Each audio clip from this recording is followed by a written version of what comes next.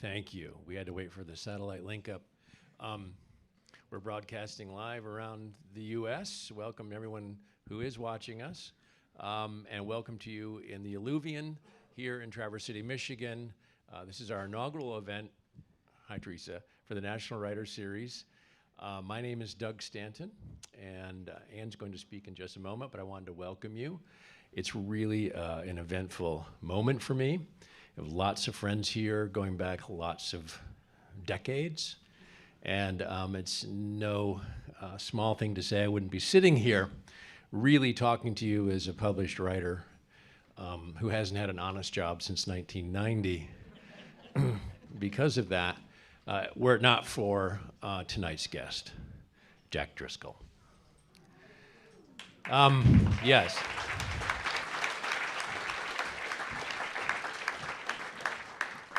So welcome.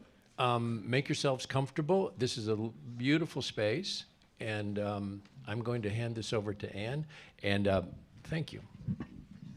Hi, I'm Ann Stanton. I'm the executive director of NWS.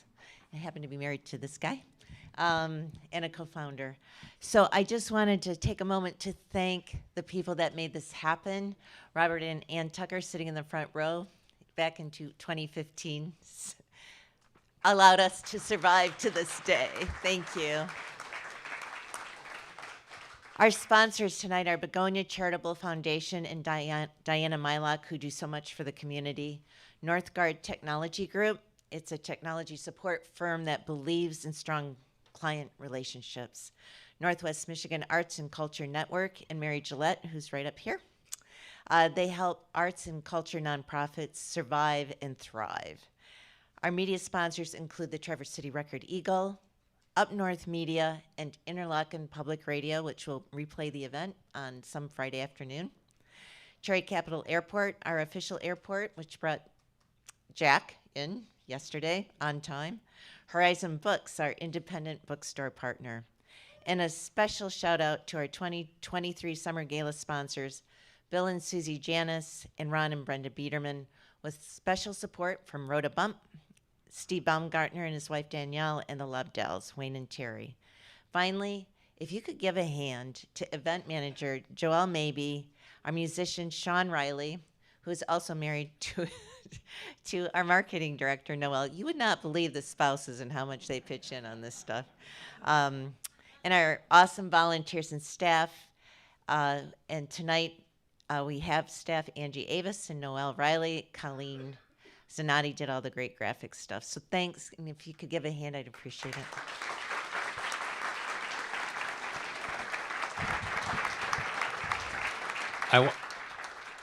I want to acknowledge as well some special guests who've come from away and back from the mists of time.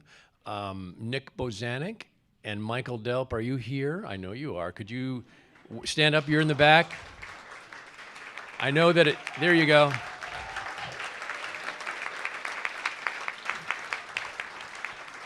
I know that a lot of alums of the Interlochen Center for the Arts Creative Writing Program are watching through our digital live stream. So perhaps we'll get a mugshot of you before the night's over so they can see you.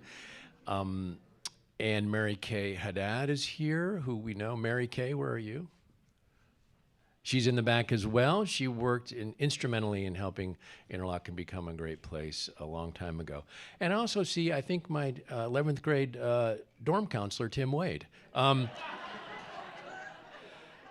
No, and then Vicki Wade was actually our son's grade school teacher in Lake Ann, Michigan. So it's just a small town kind of thing here. Yeah, it's so bizarre. And thank you to my mom, who's sitting right here. Thanks, Mom. So I meant what I said. The National Writers Series was inspired by my experience at Interlochen as a young person, 14 years old, growing up in Traverse City, not too far from here, just about 2 miles, at the corner of Wood and Fern, and going to Traverse Heights. And I had teachers and I had parents who never said no, who always said, well, maybe, or that sounds interesting. Why don't you give it a shot? Then I was lucky enough at 14, to go to Interlochen Center for the Arts Creative Writing Program, which had pioneered by Jack Driscoll. Nick Bozanik was there. He was only about 19 at the time. And it blew me away. It changed my life. And I was treated so much more seriously than I really knew I was being treated, or perhaps even deserved to have been treated as an artist. And I know Teresa Scollin is over there nodding too, and she was a fellow classmate in the same program. So for those of you who wonder what it is we're doing in town here, it's really inspired by that sense of community, empathy, listening, and giving. We want to be makers, right? Not takers. It sounds like I'm running for office, but I'm not. But we take a lot in Traverse City. We worry about our craft beer and our roasted asparagus and our Brussels sprouts browned just nicely. And there's so many people in need, and we can offer so much with our own the capital that we have as human beings in this community to make the lives of other people's better. Because we're not succeeding if people around us aren't succeeding. That's my own personal belief. It may not be yours, but that's why we do what we do. But it started by rubbing shoulders with this gentleman over here, Jack Driscoll. I'm just going to say a few things about Jack's accomplishments, and then Bree's as well. And Jack, I'm just going to read this because it's too long to really. I'll mess it up if I don't. And I knew him when he was winning some of these awards. He's a 2-time NEA Creative Writing Fellowship recipient, a Penn Nelson Elgren Award winner, and the author of 12 books. While he was teaching, by the way, including the story collections Wanting Only to Be Heard, winner of the AWP Grace Paley Short Fiction Prize, and The World of a Few Minutes Ago, winner of the Society of Midland Authors Award, and a Michigan Notable Book Award. His a recent story collection, the most recent we're going to talk about tonight, was The Goatfish and the Lover's Knot, received a Michigan Notable Book Award and was a finalist for the John D. Gardner Short Fiction Prize. His stories have appeared, and this is a very Tony Platinum list of publications. The Georgia Review, the Southern Review, Plowshares, Missouri Review, Michigan Quarterly Review, the Pushcart Prize Anthology, New Stories from Midwest, and Driscoll, as I said, was a founding pioneer of the Interlochen Center for the Arts Creative Writing Department, which to this day continues to change the lives of lots and lots of people, adults and youngsters. And he now teaches at Pacific University's low residency MFA program, and he resides in Mystic, Connecticut. But I think if we show him a warm welcome tonight, he might move back here. And we'd all love that. Now, joining him, this is really special because Brittany Cavallero, Bree, is over there, and she is a best-selling author. She is now the interim director of the creative writing department at Interlochen, which Jack started with Nick, who was also the director, with Mike Delp, who was also the director. So you have like the Mount Rushmore here of independent school creative writing programs. And Anne-Marie Oman, too. Yeah, is Anne-Marie here? Where? Hi, Anne-Marie. Oh, there you are. Hi, David. Yeah, both are faculty. Hi, Anne-Marie. Anne-Marie was there as well, and is a colleague of Jack's. So Bree is here tonight to talk in this chair with Jack, and they share a bond both as fellow best-selling authors and prize-winning authors, and also as former student and teachers. I've been told that there'll be some secrets told. I know on page 77 of Jack's book, there's kind of a little Easter egg, which maybe we'll get to later. She's the best-selling author of A Study in Charlotte. Anyone read Sherlock Holmes? A Study in Scarlet, and other novels for young adults. She's also the author of 2 collections of poetry, Girl King and Unhistorical, both from the University of Akron Press. And as I said, she's currently the interim director at Interlochen. Please welcome to the stage Jack Driscoll and Bree Cavallero.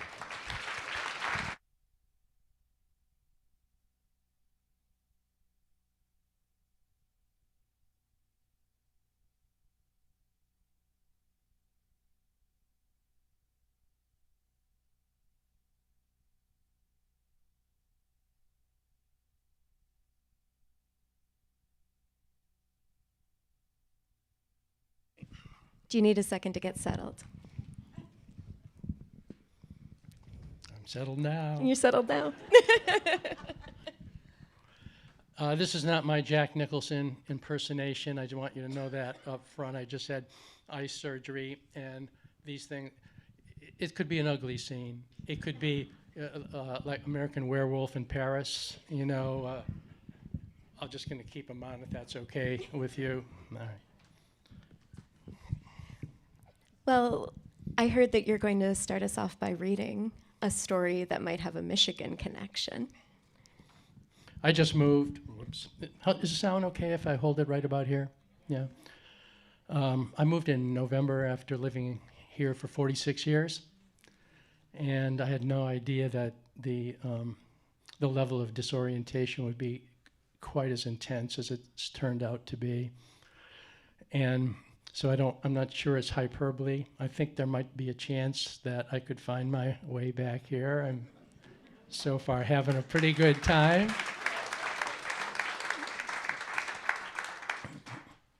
We'll see. This is a new story. It's not in the book.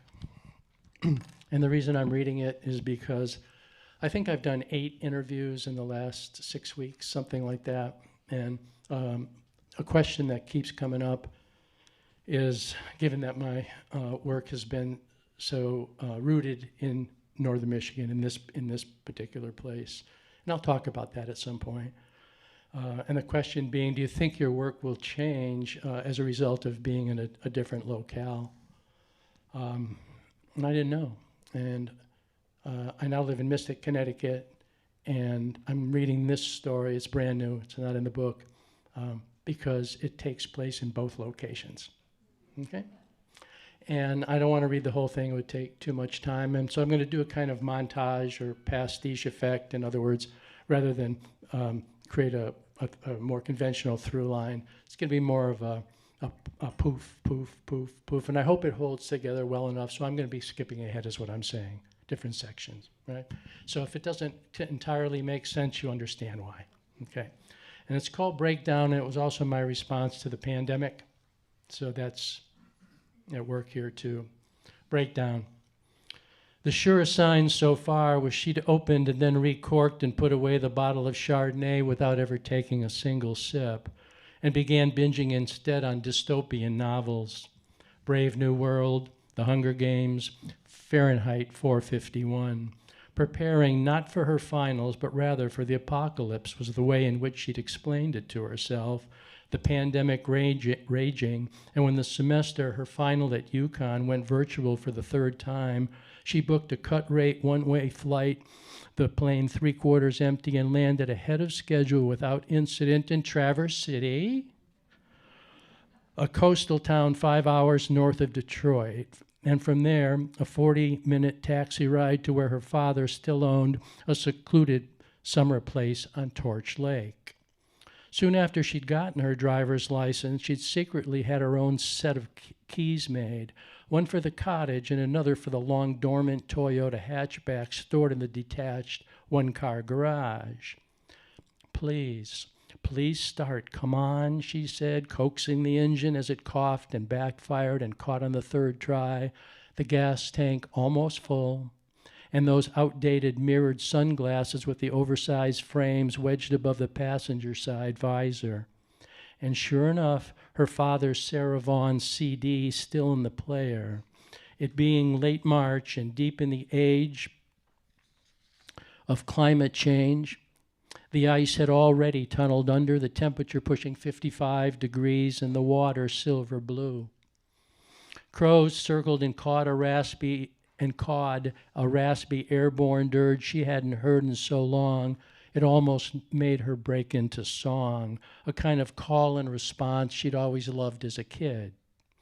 Never before had she opened or occupied the cottage by herself, but she'd always assisted her father, paying close attention, and by early afternoon she had a fire going, the portable generator sufficient to power up a couple of lamps and nuke half a pot of coffee in the microwave.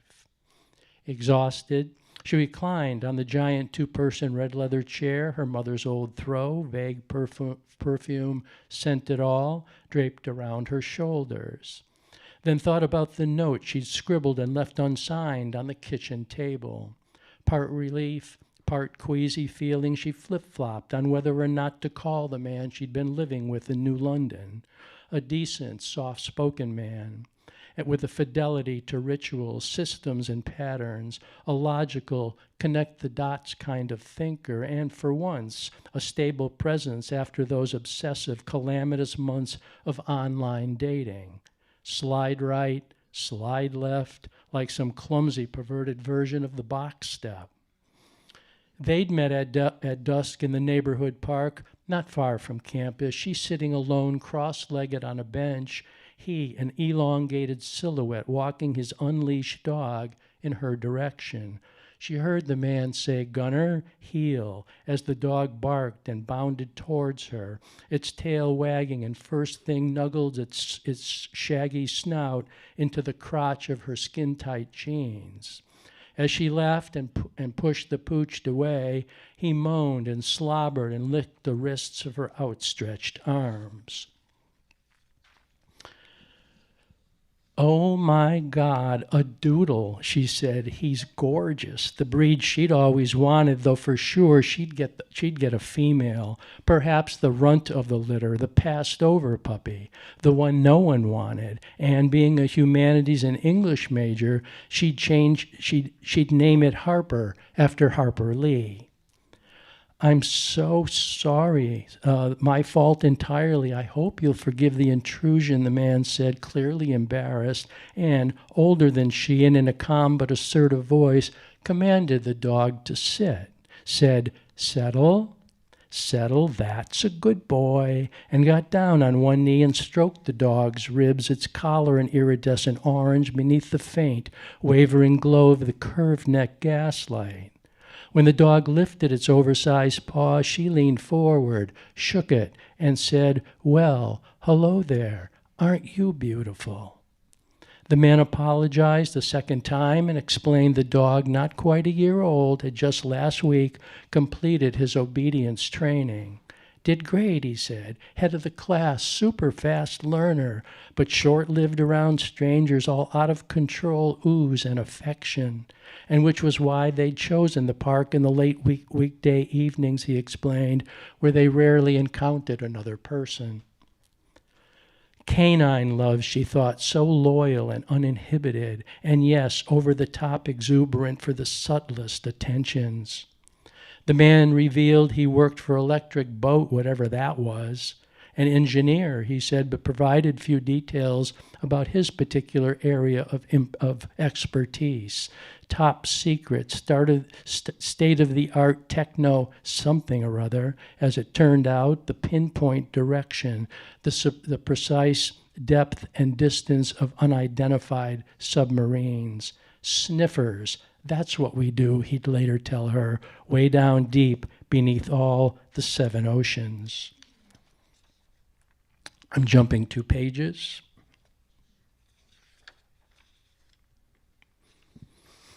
By mid-afternoon and all bundled up, she'd gone for a drive to try and clear her head while the cottage warmed. The moon roof open to blue sky and sunshine, and Sarah Vaughan belting out, "Shake down the stars." She remembered how her father, leaning against the headrest, would snap his fingers and sing along, and just like that, like music, she flashed back to the year she turned 14, the year before her parents divorced, a messy and pricey and bitter dragged-down affair, opposites, as it turned out, even enemies.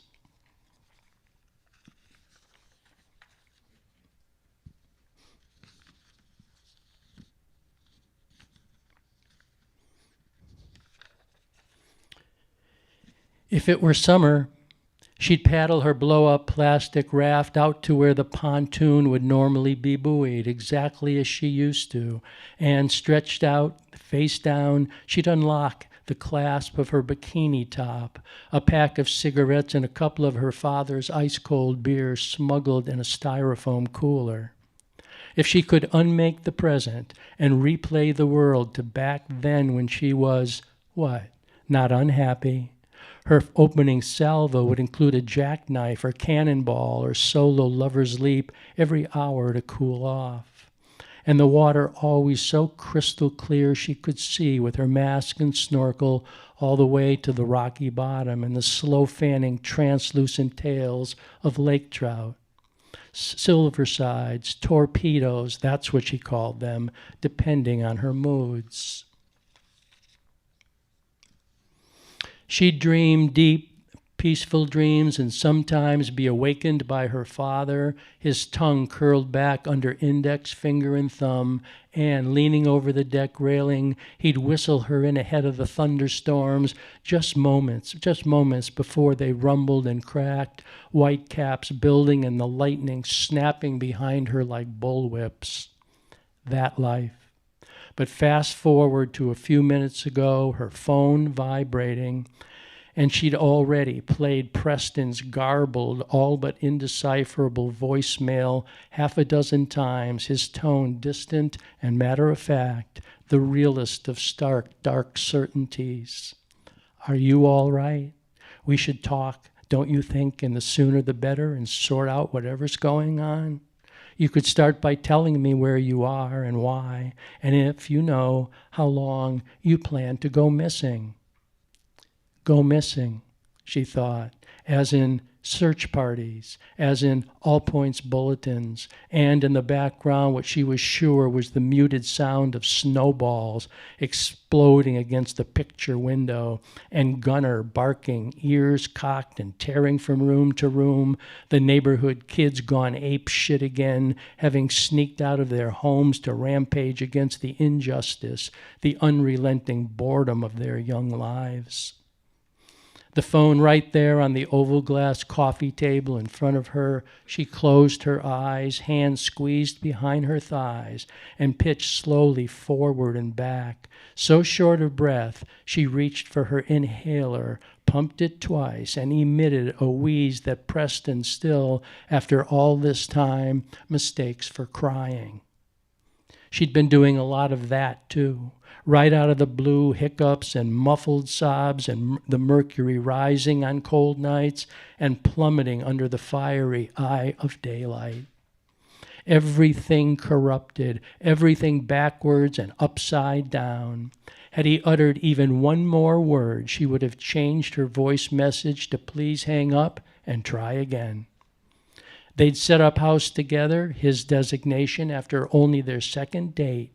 Her dormitory living arrangement a nightmare.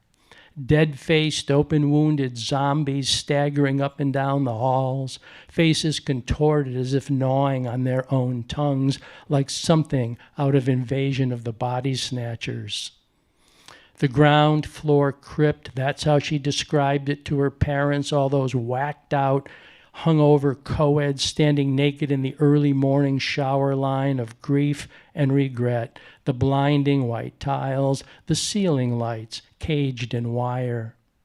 She needed her own bathroom, a tub in which to soak in the late evenings and contemplate her future, her thus far non-existent career plans. All true, though her mother early on had single-handedly squelched the notion of any and all off-campus rentals, even if Amber's father was the one who continued to sign the checks and settle her credit card debts, and the one who years earlier splurged for her on a brand new, never before mentioned telescope. First thing upon her arrival, she'd lugged it out through the sliding glass door onto the deck and placed the tripod at a diagonal, like a spotting scope. The night predicted to be clear and still, and the lens so powerful she could read license plate numbers 100 yards down the rutted fire road. Or better yet, the wild, hazel-colored eyes of coyotes, wolves, as her mother believed, Beauty and the Beast, Little Red Riding Hood, American Werewolf in Paris. On the full moon, Amber could hear them yowling as if calling to her. She'd jerk awake, tiptoe outside, and, the viewfinder pressed to her eye, she'd watch their shiny, lustrous pelts riffle, and, on a south breeze, she'd breathe in that murky spray scent the males always left marking their territory. By daybreak, they'd long vanished, and at breakfast she'd withhold from her parents how she imagined she could entice them to eat roadkill from her bare hands, and the pack possibly even adopt her as one of their own. And how those wild and ravenous night-blooming purple and white irises soaked up so much mist, she believed they'd turn to vapor and float away like disappearing starlight.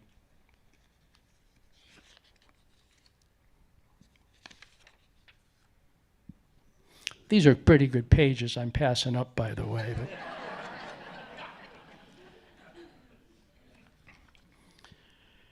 betrayer, that's what she thought, as she stoked the fire and unlatched and let down the fold-away bed concealed in the living room.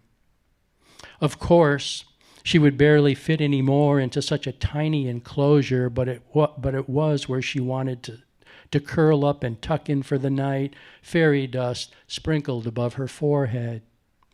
She unzipped the mummy bag and fluffed up the feathers, and as she reached over and switched off the stand-up lamp, she noticed how the fireplace flames cast shadows not so much formless, but rather shape-shifting as they slowly ascended. Angels, she thought, ghosts, apparitions that bunched and hovered between the cross beams and roof rafters. It being a one-season cottage, she'd never actually seen the lake frozen over, though some nights back home she'd envisioned skating backwards, away from the lighted windows, watching the cottage grow smaller, and wondered how far she'd get before it vanished completely, and whether or not she could find her way back. Always, she whispered, and from anywhere, and not a living soul with a clue as to her whereabouts, no blood trail to follow, no forwarding address. Her stomach growled, and she rolled out of her sleeping bag and reached into her carry-on, and, mere minutes after she'd devoured the snacks, bile rose in her chest and throat like warm, stale bourbon.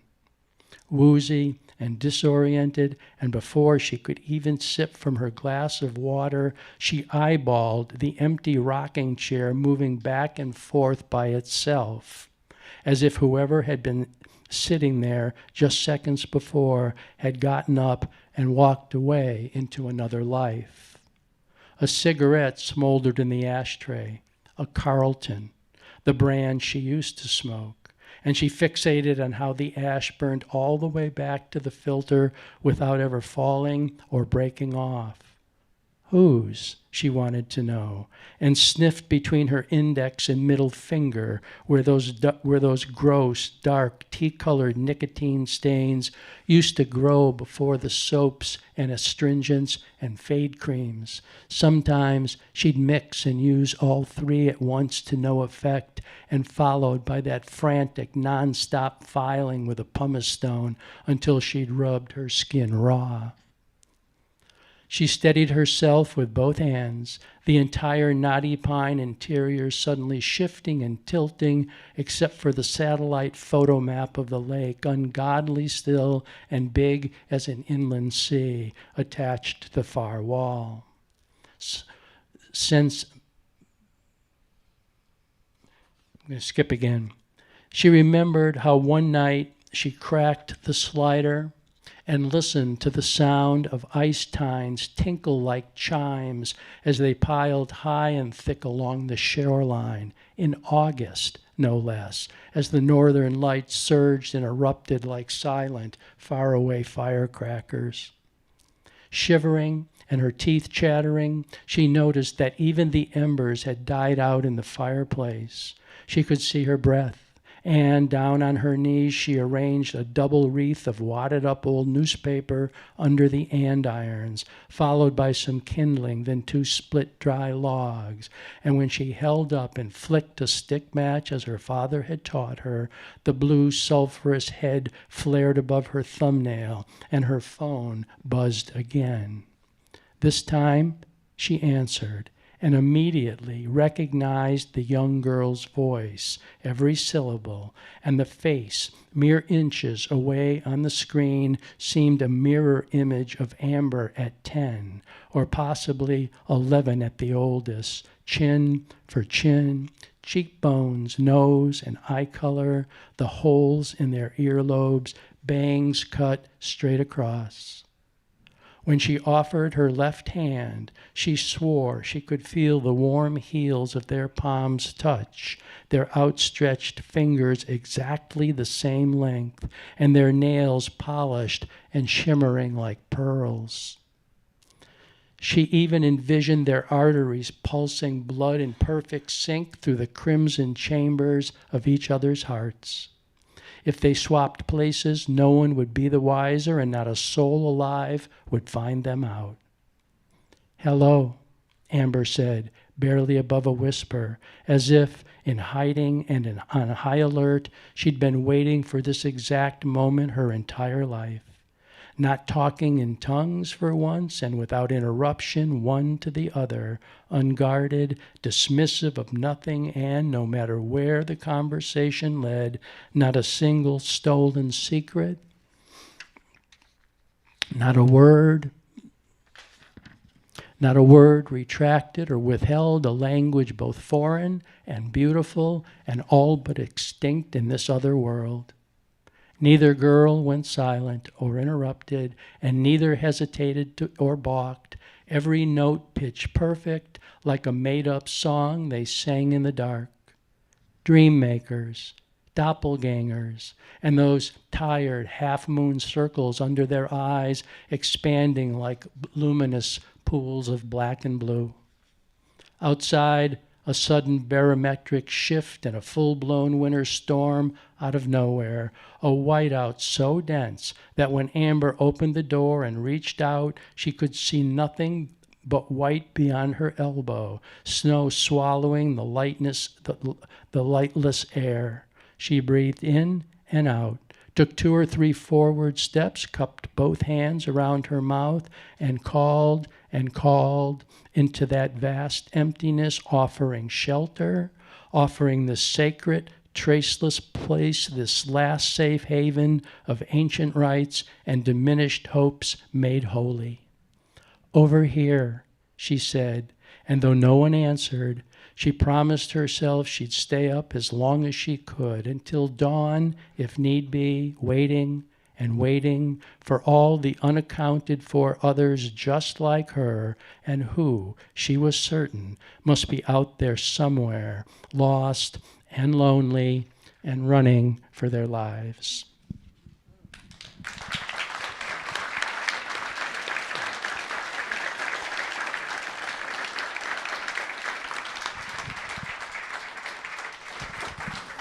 Thank you. That was beautiful. It's such a haunted story.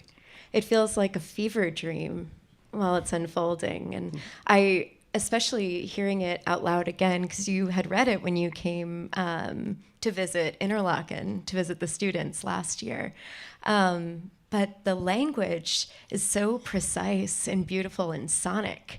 And I kept thinking about Jack Driscoll, the poet, when you were reading. Mm-hmm. I was wondering if you wanted to talk a little bit about your background in poetry and how it influences your fiction. Mm-hmm. Yeah, thank you for the question. This one is very bright. I'm going to save the story. Yeah, it wasn't too long ago I was introduced as a poet masquerading as a novelist, and I thought that was great. And, it's true. And you know, I'm always looking to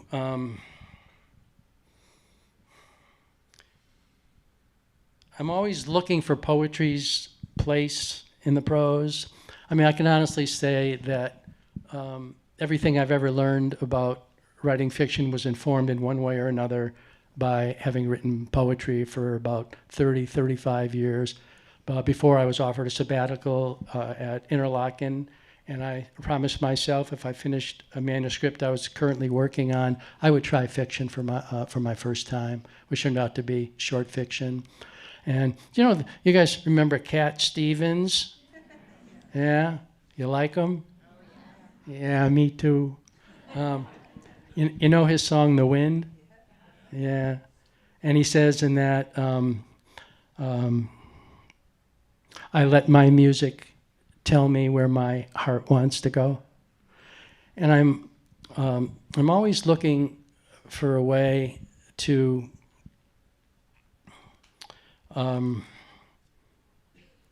somehow access the emotion that I'm after, and then transfer it to the reader. I mean, I've always thought about writing as kind of, you know, putting a note in a bottle and throwing it into the ocean, hoping somebody finds it and it saves their life, because that's what it did for me. And there's a writer by the name of David Roderick who says, it's not the tale that pleases, it's the telling, it's the delivery. And I've lived by that. And that's, if you could hear it in the prose, could you hear the poetry in the prose, the lyricism of it? I'm probably going to say a few things about Interlaken, because I can say unequivocally that it's the single greatest thing that's ever happened to me in my life. I don't have to think about that. It's where I learned to write. It's where I learned to teach. It defied everything my life promised could never happen to me. I can't remember a time, for example, in my life when I was encouraged by anyone to believe writing might be an option. Certainly not from my teachers, and not even from my parents. I mean, I can't remember my dad, for example, who thought his twin boys would grow up to be athletes, saying to me, "Jackie boy, why don't you put your bike and your baseball mitt and bat away and go up into your bedroom and feel?" Which of course was exactly what I wanted to do, and then come dinner time, and write a poem, and come dinner time, you know, you could read it to this emotionally starved Irish Catholic family.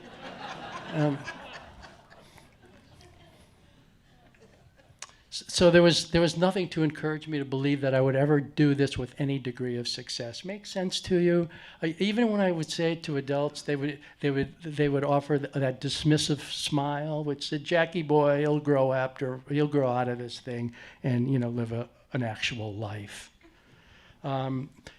Where's Doug? Doug, where are you? Where's Doug? Yeah, Doug will remember this because he was present. And I took the job in 1975, and it's still the greatest quandary of my life. I have no idea why they hired me. I didn't have the credentials for it. I went in and shook a lot of hands, and took a plane home, and I was so broke. I was living at my mother's house, and so that was the number I gave the people, the Interlochen people, and they had called before I had ever gotten home, and she answered the phone, and they asked for Jack, and she said, "Oh well, he's on his way back from Interlochen." Well, that's why we're calling. So could you give him a message and say, "Well, you could just tell me." You just tell me, and they said, well, and before they could answer, she said, he was out there applying for a job, and they said, yeah, we get that, and she said, and what have you decided? Because he's a really nice boy, and he went to college, and he's working construction now, and he would really like to be hired. And she told me this when I said, how did it go, Ma? And she said, "Oh, you got the job." Yeah. And one of the great things about the writing program is that we had a budget to bring in guests, and we brought in some great guests. And one of them was Robert Bly. And he came in with his serape, and he always had a musical instrument on his lap. And he was talking to Doug. I mean, Doug, what were you, 14 years old or something? Yes. 14 years old. I mean, these little kids, they have Robert Bly right in front of them. There are about 20 kids on the floor. And Robert Bly finally does this. I can't remember what the question was. And Robert Bly pointed to his eyes, and he says, "The eye reports to the brain, but the ear reports to the heart." And maybe that's the thing that musicians can do that writers can never quite. And then I start thinking about the writers, the prose stylists I love most in the world. Some of them include, for example, Joan Didion. I mean, I read James Baldwin, Toni Morrison, Anthony Doerr. They just keep coming. And I always thought that's what I want to do. And so I'm always thinking about the language itself and what we call voice being a thumbprint. It identifies who you are. And that's what I've worked on. And that's the poetry that's coming through. Does that make any sense to you? Mm-hmm. It makes a lot of sense. That's one of my kind of recurring Interlochen memories is you saying something really profound and really beautiful, and us all sort of sitting there taking it in, and then you going, does that make any sense? And then everyone's head just bobbing up and down. Mm-hmm. Yes, it made sense. Well, thinking about teaching, having founded the program with Nick and Mike, and teaching there for 40 years. I taught at Interlochen. I thought it was a stopover on my way elsewhere. I just needed a job, a teaching job. And I thought probably back to where I came from, the East Coast. I thought that, well, the Midwest. Jim Harrison says, the Midwest, that's the place you fly over on your way to one of the dream coasts. And I couldn't, and I thought it was a stopover to whatever came next. And I've lived in Interlochen for 46 years, 33, teaching there. And what was the question about the students? Well, the question was, how do you feel like your writing life influenced your teaching life, and your teaching life influenced your writing life? Yeah, well, there's this bias against teaching. You know that, don't you? That it interferes with your writing life. You have to give too much to it. Steinbeck says the greatest artist of all is the teacher, and I believe that because finally, one teacher made sense to me. I had all these questions, writerly questions I wanted to ask, and there was nobody in my life who could answer them or cared at all about it, and that turned out to be John Irving.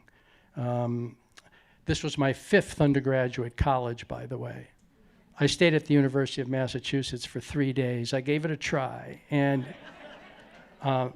because nothing was making any sense to me. And my parents finally said to me, they were choosing my colleges, by the way. I had no say in any of this. My dad worked 364 days a year, 16 hours a day, do the math, so he could send his children to college and provide for them a better world. A total renunciation. Nothing for him, everything for us, but he didn't even know what college was. He didn't know. These were the systolic 1950s. The American dream was very much alive, and he thought if he worked hard enough, he could do this for us. Yeah? He thought all colleges were called Dartmouth. I'm not kidding. Somebody mentioned Dartmouth, and he thought that meant college. And he kept saying to me, Jackie, you have to go to Dartmouth. And I said, Dad, my career so far hasn't been stellar. And he said, doesn't matter. There are a lot of them to choose from, you know. I make no distinction between my teaching and my writing life. And there is nothing in this life that buoys my spirit more than the success of my students. And I can see some of them out here now. And I have, my wife and I are bibliophiles, have a private library of about 6,000 books. And I have one shelf that has now become 2 shelves that is made up of books only of my students. You cannot get into that, you cannot get onto that shelf unless you are one of my former students. And some of my students even give me postcards with their names on. And they say, put this in as a marker, because that's where I want my book to be. No, these are two halves of the very same thing. I still teach. I teach out in Oregon in a little residency MFA program, and I'll continue to do this for as long as they'll have me. I have no reason to retire. When you were putting together this collection, 20 stories, which is for sale after this, if you didn't get a copy yet. Did you like the plug? That was my plug. We were told to do this. We're plugging the book. Plug each other's books. So if I forget, hey, there are books for sale over here, Breeze, and they're great, okay? But when you were putting together, you know, your new and selected stories, I'm sure you were going through things that you'd written 20, 30 years ago and putting them next to more recent stories. What were you thinking about, you know, what that work of arranging was saying about your process or the arc of your writing life? What was that like? Well, I mean, it's obvious, isn't it, that a writer's work will change over a lifetime. It just does. Otherwise, if it doesn't, you're in trouble. It means that you're just writing the same story over and over. Some version of it becomes too easy. And it's a kind of self-imitation. And so this constitutes, I have 4 books of stories. And when I decided on a new and selected, that usually means your career's over. You know, like, here's the grand finale. That's not true. I just thought it was time to do it. And I wanted to provide the arc that you're asking about, the early work, the next work, and on and on. And I got advice from people. Mike Delp, for one, he said, you have to put this in. You have to put this story in. Did I? I think I did. I think I did. And after the fact, I thought, well, maybe this story should have made the cut, but it didn't. Maybe because it was too, in subject matter, something too like another story. And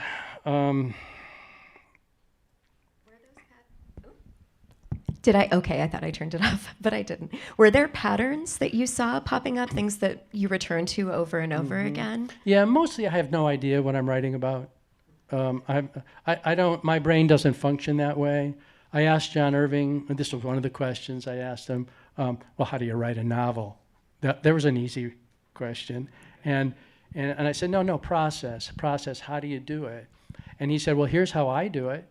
I actually put index cards along a bulletin board in front of me, and I go from A to B to C to D and on, from here to here to here. And I said, but doesn't that fly in the face of Frost's notion of no surprise for the writer, no surprise for the reader? And he said, not at all. He says, I know exactly where I'm going, but I have no idea what's going to happen along the way. And I learn what I'm writing about. I really know nothing. I mean, absolutely nothing about where a story is going to go until I write that first sentence. And if it seems interesting enough to me, it makes possible what's happens in the second sentence and the sentence after that and the sentence, and that's how I write on the line. That's a poet's sensibility. No poet, unless it's for an occasional poem, a memorial poem, an elegy, etc. The poetic mind does not comport and function that way. I just follow hunches. I just machete whack my way through language, looking for some light, a glimmer here and there, and that's enough to get me started. And what was I writing about? I didn't know until I started reading my own reviews. Once I started reading the reviews of my own work, I understood what I was writing about. And that was kind of clarifying. And the early work, so how did the work change over the course of my short fiction writing career? Number one, I can answer this in three ways. One is thematically, and I found myself obsessed by the relationships between fathers and sons, because James Joyce promised Irish lads like me that we would in the end reconcile with our dads, and I never did, because I never knew him. I lived in the same house with him, and I never saw him. I don't remember a single conversation I ever had with him, even though he was there. He was gone all the time. I wasn't writing stories about me and my father. I didn't want a different father. I wanted the same father I could live a life with, a father I could actually know. And maybe this is true of a lot of writers, that you proceed with a one or two obsessions over a lifetime and write toward it in different ways. So that was one difference. And now, if you were to ask me, how are the new stories? There are 5 stories from the other collections, and then 5 brand new stories. And when I asked that question to myself, how have the stories changed thematically? I find myself now writing about the nature of time. Here I sat by the river steaming boulders and put my head in my hands and considered time, which is next to nothing, merely what vanishes and yet can make one's elbows nearly pierce one's thighs. And there's the speaker in that poem, elbows on his eyes, in the posture of Rodin's The Thinker. True? And I do this to remind myself how little I am. I go out at night when the stars are bright, and I look into the eons to remind myself how little I am and how briefly I'm here on this planet. Not in cosmic time, not even a blink. And why wouldn't I be? I just turned 77 years old. I've been thinking about this. And the third difference that I can ascertain immediately is a writer's comfort length. When I moved from poetry to short fiction, the stories were very brief, really short. And now my comfort length is, whereas early on my comfort length was probably 8 to 10 pages on a story, now my comfort length is more like 22 to 24 pages. And finally, the language, I think, is much more lyrical in these stories. And there's a danger of that too, by the way. Yes? In other words, watch me write. Right? What I call navel-gazing writers, you get that, right? It's just too much. It's, in other words, all polish and no car.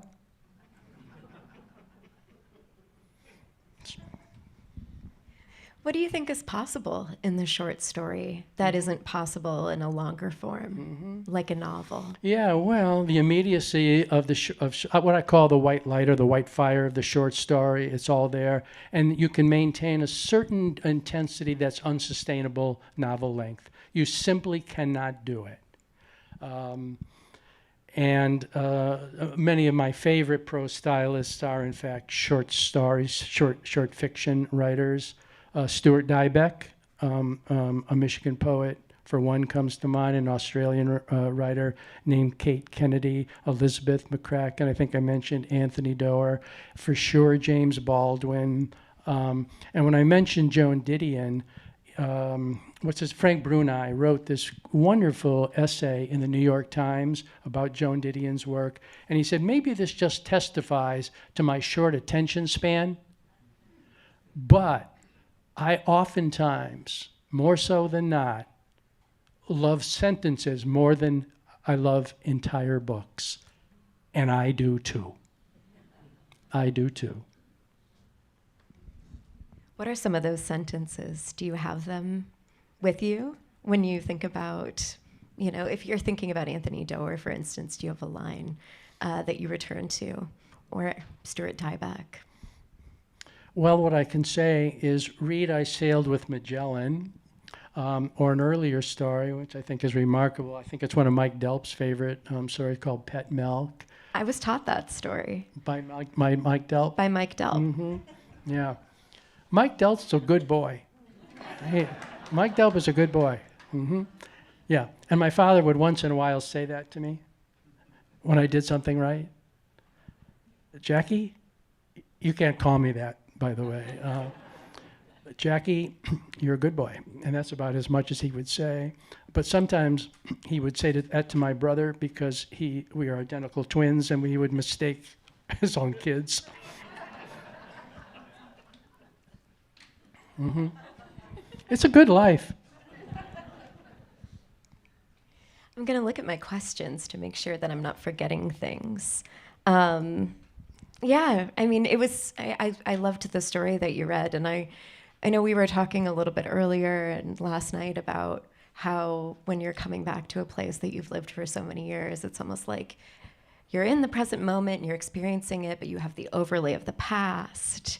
You're carrying, maybe mystic Connecticut with you. Do you think that the way you write about Michigan has changed now that you've moved away? Did you notice your relationship with the landscape change in your work? Mm-hmm. Well, this is what my sister, who takes good care of me. I come from a family of 5, and the reason I moved back there is because I could be closer to my family, and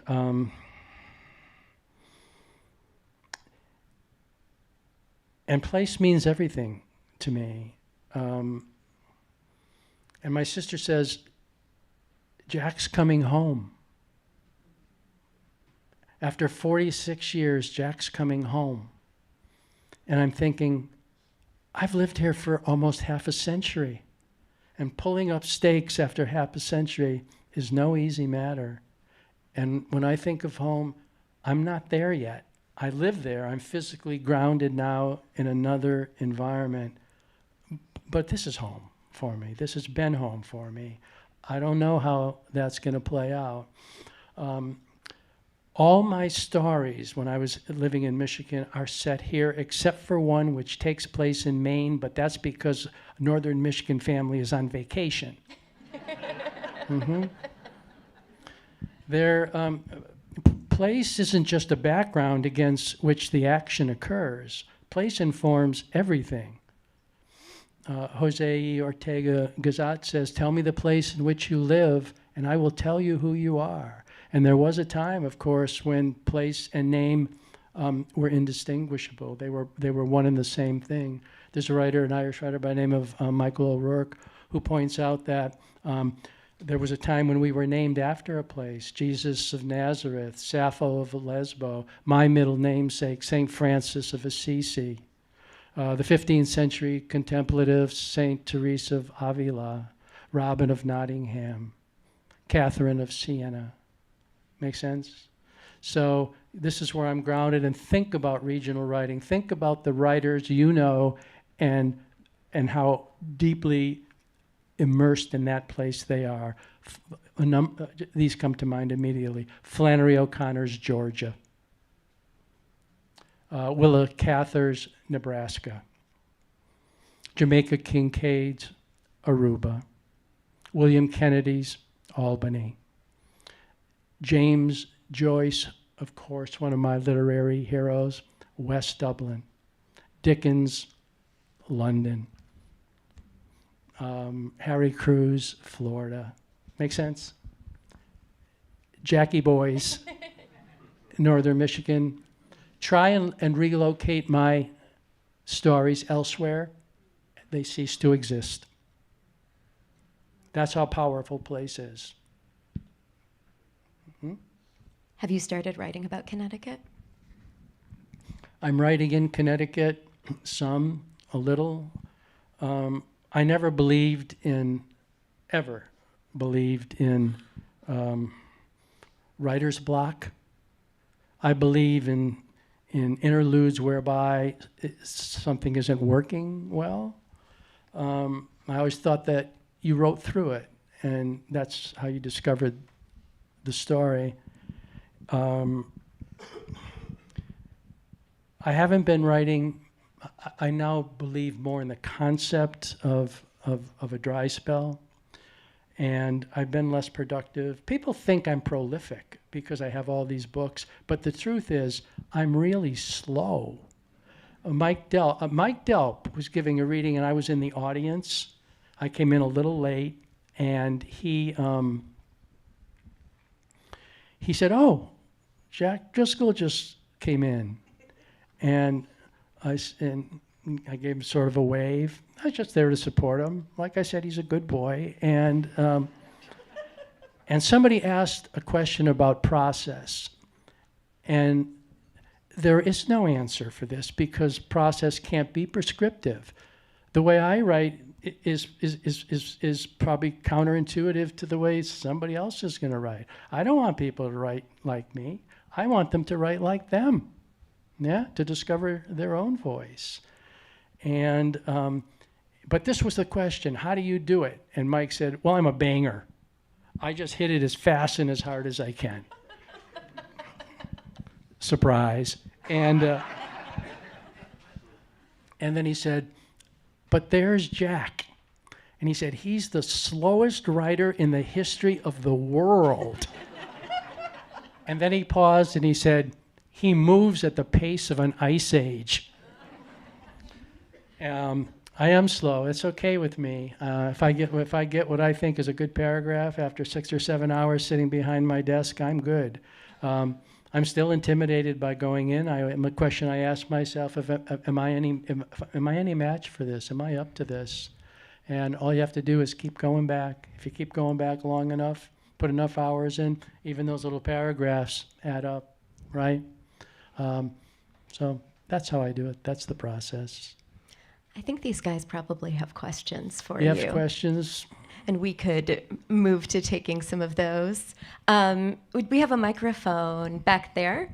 So if you have questions that you want to ask Jack, you can come up to the microphone and back. Oh, wait. Let me say just... It's going to be over here. Let me say just one more thing. Yeah. This is what I want to happen. I mentioned, I talked about that suction between writer and reader, and this, by the way, is true of all art. That transfer between observer, observe the painting and the painter, etc. This is a story I tell a lot, and it also has to do with teaching. There used to be a program, I think some in here, maybe Anne-Marie was part of this. Were you, Anne-Marie, part of the quiz program, the creative writers in the schools?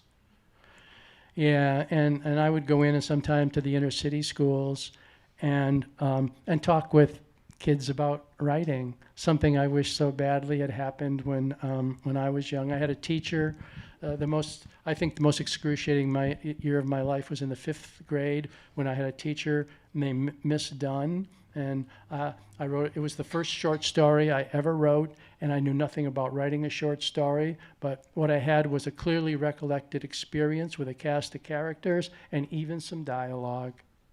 And maybe this is why I hated school and dropped out of 5 different colleges, because in the 5th grade, Miss Dunn did not arrange her seating order according to boy, girl, so you couldn't talk to your best buddy, or alphabetically so she could better remember your names. She arranged us according to how dumb we were. And she had ways to determine this. I'm not making this up. It was frightening. And maybe what I learned in that class is, number one, how did we survive it? And it taught me everything I needed to know about love. Everything going forward. Everything about that, because it was so cruel. Understand? Yeah. And so I was happy to go in and talk, and sometimes to little kids. And these were little kids. And the teacher said, well, circle around Mr. Driscoll. Circle around him. So they were on the floor, and I could see all of them, but some of them only out of my animal vision, my peripheral vision. I was aware of their presence, but I didn't see their faces. And then Mike Delp also says, I do this a lot. I pull up my sleeves. But of course I hadn't done it until just now. And I was, this is what I want my work to do to people, if possible. And that's what I meant when I said I wanted to find a way to access the emotions of my characters, and then and have the consequences for the reader be equal to or even greater than the consequences for me in the process of writing that story. And so I was, one of our great Michigan poets is a Saginaw poet named Theodore Rethke. Some of you, I'm sure, know him. And one of my favorite poems is My Papa's Waltz. My dad owned a bar, and maybe that was part of it. It begins, the whiskey on your breath could make a small boy dizzy. You know that one? Yeah. And I was reading it, and about three-quarters of the way through, I felt somebody rubbing my arm, just like this, a palm was doing this. And it was pretty public. I couldn't just ignore it, and I didn't want to do a geek job on her, like, just a little kid. And she did, it was so beautiful. She pointed to my arm, and she said, look, I just looked at her, and I looked at her and smiled. I didn't ask for a response. And she said, look at your arm. It's all goosebumps. That's what art can do for you. Yeah?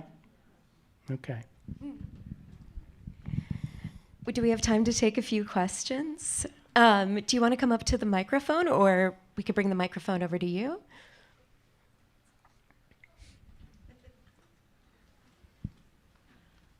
I want to ask you, Jack, where did Miss Dunn figure in the classroom?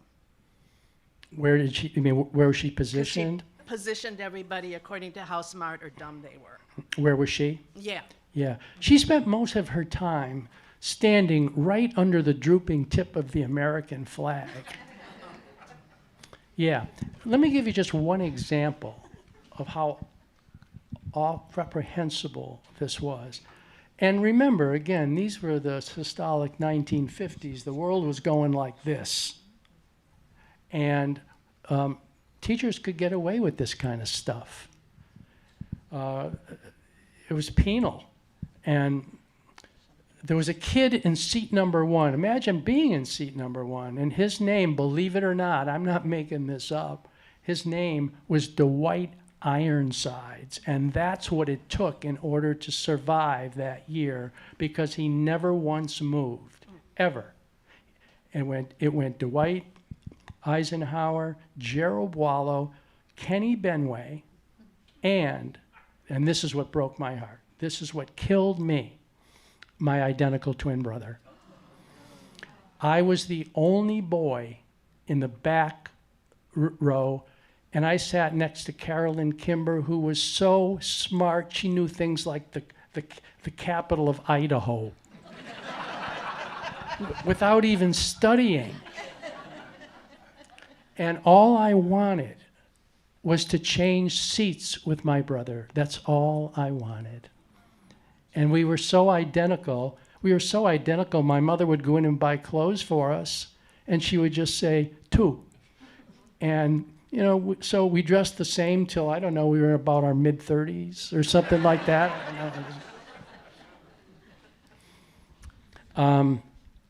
And she asked Dwight Ironside, and this is how she would determine whether you were smart enough to move. And she said to him, "Dwight, go to the board and add 23 to 7. I wish I had one of those charts, you know, the stand-up thing, so I could do it for you. But, and so it took him probably, he was stalling for time, so it took him probably 30 seconds to write the 2, and then the 3, and then it took him maybe 5 seconds to do plus,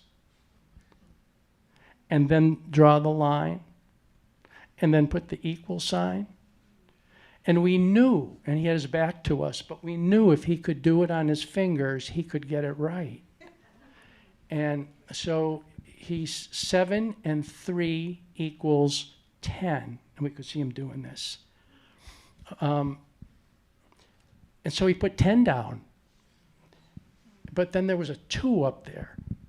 And so he didn't know what to do with the 2, and so he brought it down. 23 plus 7 equals 210. And this is what she did to us. She was the stupid one. She was Thank at the front you. of the class. Yeah, thank you. Exactly right, yeah. And maybe it's even why I became a teacher. I don't know.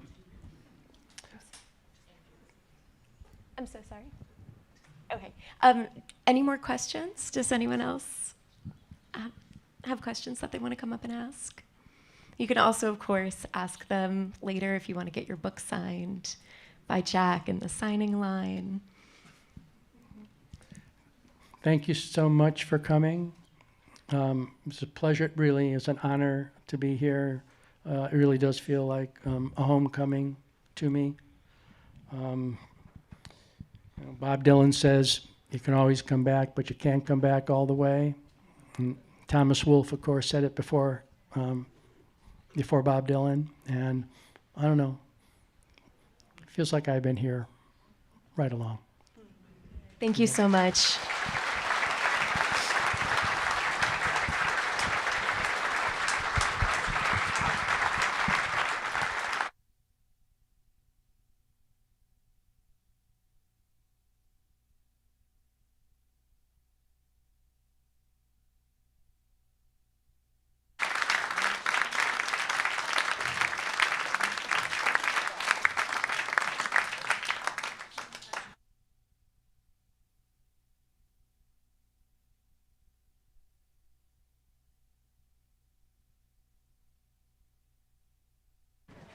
Maybe here we go. Jack and Bree both will be signing books out in, I guess, what's the lobby. So if you want to go out that way, you'll see the table.